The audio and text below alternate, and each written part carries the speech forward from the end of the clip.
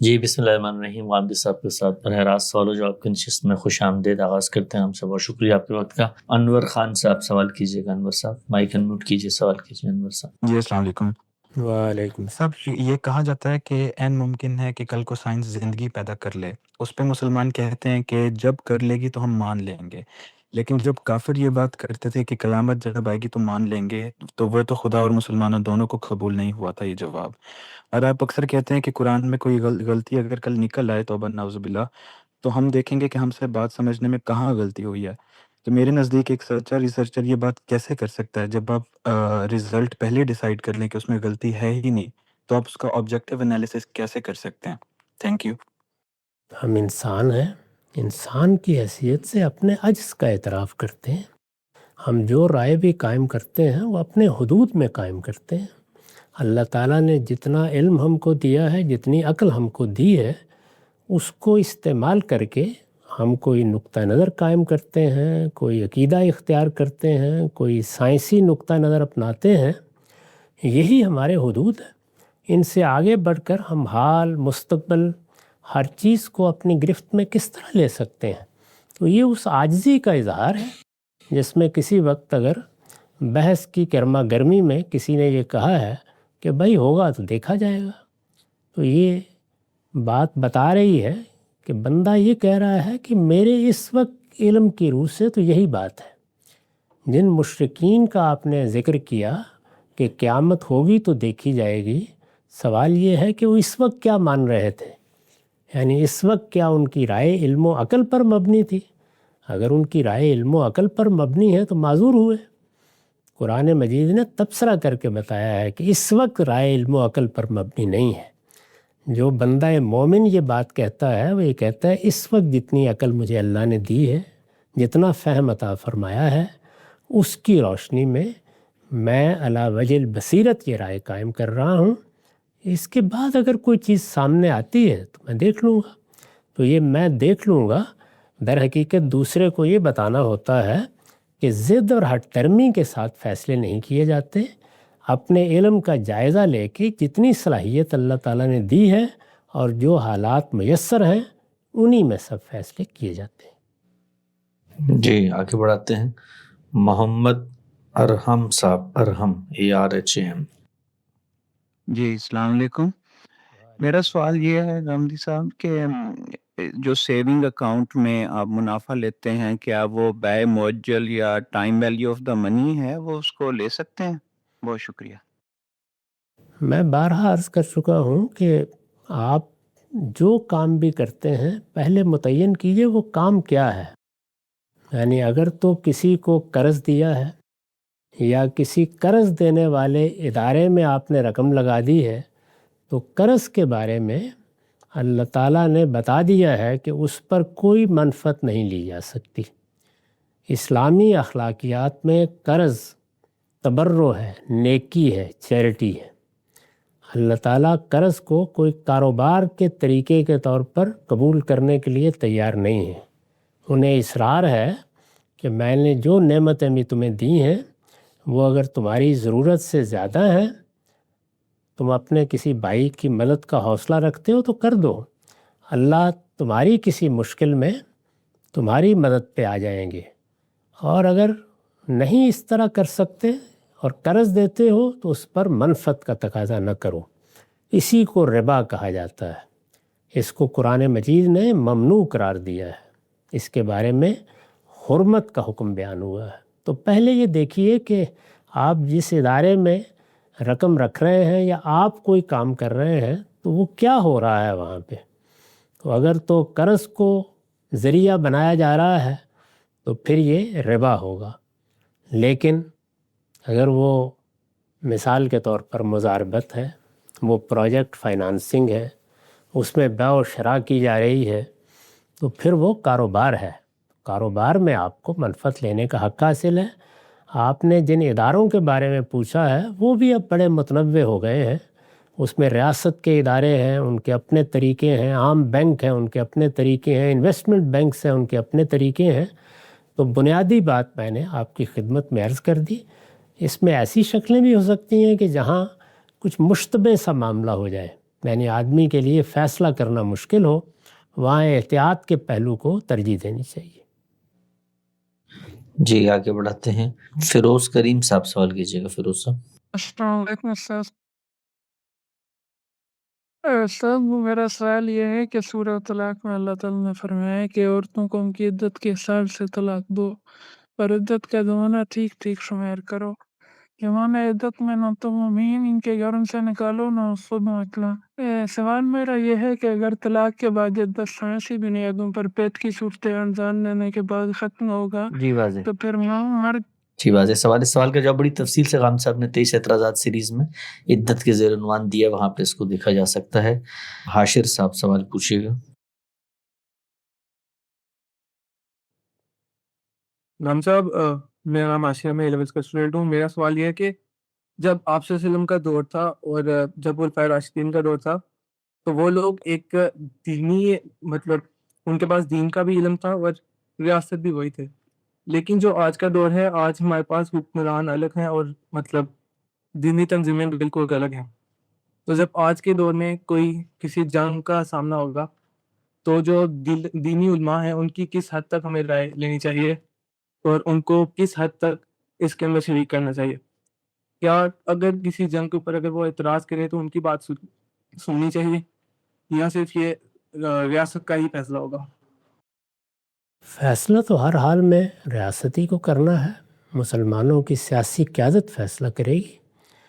مسلمانوں کا نظم اجتماعی جن جن جگہوں پر قائم ہے، جس صورت میں قائم ہے، حدود کا فیصلہ بھی اس کو کرنا ہے، یعنی وہ سزائیں جو جرائم کے لیے مقرر کی گئی ہیں وہ میں یا آپ نہیں دے سکتے، یہ فیصلہ انہی کو کرنا ہے۔ اسی طرح جنگ کا فیصلہ بھی ریاست کے نظم کو کرنا ہے، مسلمانوں کے سیاسی نظم، ان کے نظم اجتماعی کو، وہ جس صورت میں بھی ہے، حالات کے لحاظ سے وہ قبائلی نوعیت کا بھی ہو سکتا ہے اور جدید ریاست کا بھی۔ ریاست کے ذمہ دار لوگ کون ہیں؟ جن کو ہماری اصطلاح میں ارباب حل وقت کہتے ہیں، یعنی وہ لوگ جن کو مسلمانوں نے یا کسی علاقے کے لوگوں نے اپنی قیادت کے لیے منتخب کیا ہے، وہ فیصلہ کریں گے۔ فیصلے کا اختیار انہی کے پاس ہے، مجھے آپ کو کسی عالم کو یہ فیصلہ نہیں کرنا۔ ہم لوگ اپنی رائے دیں گے۔ رائے استدلال کی بنیاد پہ دی جاتی ہے، یعنی دلیل پیش کی جاتی ہے۔ وہ دلیل اگر ایسی ہے کہ لوگ اس سے متاثر ہو کے اپنی رائے تبدیل کر لیں تو بہت اچھی بات ہے، لیکن اگر ایسا نہیں ہے تو ہمیں دلیل کے ساتھ اپنی بات پیش کر دینی ہے، ہم اس پر اصرار نہیں کر سکتے۔ اور حکمرانوں کے لیے بھی اس کے سوا کچھ نہیں کہ وہ دلیل پر غور کر لیں۔ یہ بات میں بارہا واضح کر چکا ہوں کہ ظلم و عدوان کے خلاف جنگ ہو سکتی ہے، یعنی جنگ کے لیے ایک ہی مقصد ہے جو طے کر دیا گیا ہے، وہ ظلم و عدوان ہے۔ فتنہ، فساد، ظلم و عدوان، اس طرح کی صورتحال جہاں بھی پیدا ہو جائے جنگ جائز ہو جاتی ہے۔ اس کے بعد آگے تدبیر کا مسئلہ ہے، یعنی کب کرنی ہے، اس کے بارے میں قرآن مجید نے بڑی وسیع ہدایات دی ہیں اور بتایا ہے کہ اس میں کن کن چیزوں کو دیکھنا چاہیے۔ اس کا خلاصہ وہی ہے جو میں نے بارہا بیان کیا ہے کہ علم و عقل کی روشنی میں جائزہ لیں۔ 3 ہی صورتیں ہوں گی، فتح یقینی ہے تو آدمی جنگ کیوں نہیں کرے گا، یعنی ظلم ہے، عدوان ہے، فتنہ و فساد ہے، اور کوئی شخص قیادت کے منصب پر فائز ہے یا کچھ لوگ، تو وہ بڑے ہی بزدل ہوں گے اگر فیصلہ نہ کریں۔ امکان ہے، فتح کا امکان ہے، تب بھی یہی فیصلہ کرنا چاہیے اور ہمت کے ساتھ اس طرح کے فتنہ و فساد کا سر کچلنا چاہیے۔ لیکن نظر آ رہا ہے کہ شکست سامنے کھڑی ہے تو پھر یہ خودکشی ہے۔ ایسے فیصلے محض یہ کہہ کے نہیں کیے جا سکتے کہ دیکھ لیں گے، نہیں، آپ کو بالکل ٹھیک اندازہ لگانا ہے اور امکان فتح ہی کی صورت میں فیصلہ کرنا ہے۔ جی واضح، آگے بڑھاتے ہیں۔ ہما صاحبہ سوال کیجیے گا۔ ہما، السلام علیکم۔ جی السلام، سوال کیجیے۔ جی گاندھی صاحب، مطلب کہ حج میں پردہ لازم نہیں ہے، مطلب پردہ وہاں پہ نہیں کرتے احرام کی حالت میں، پر ہر دین میں ہر حکم کی حکمت ہوتی ہے۔